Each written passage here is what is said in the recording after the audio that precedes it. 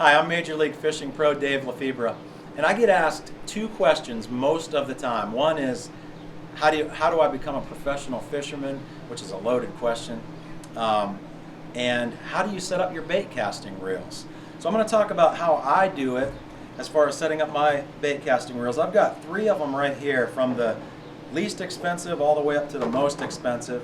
And a lot of people think that us pros are just using the highest end reels possible, when in reality some of us are. I mix some in for certain things, but a lot of times I'm using this. This is my workhorse. It's $170 retail and a really good reel. And I'm going to show you how I set it up to do, like, you know, those skip casts, those real nice slides up under docks and under bushes and things like that, and also casting, like, you know, rip and wraps and things like that real hard into the wind. But you'll be surprised how simple this is. All I'm doing is, the first thing you want to do is open up your magnet area. Every reel is basically the same, usually the opposite side of the handle you got your magnets. And what I do, and what I recommend that you do, is start with the magnets completely off. This is where you're going to end up once you get really good anyway.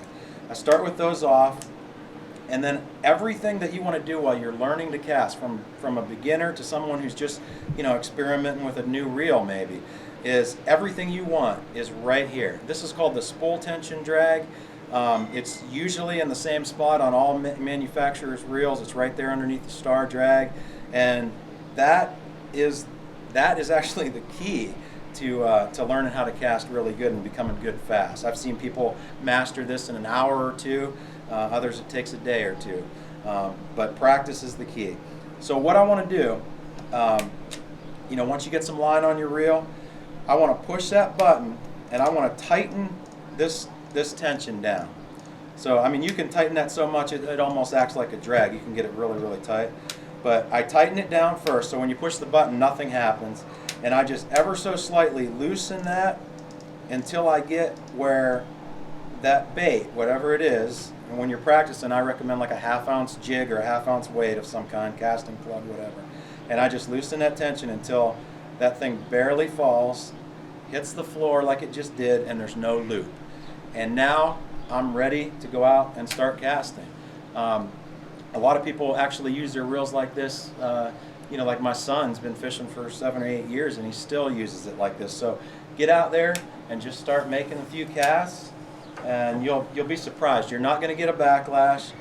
You just want to throw it out there. Make sure you stop it with your thumb right before it hits the water. And as you get better, here's the key, and how you can get really good at skipping and doing all those crazy casts.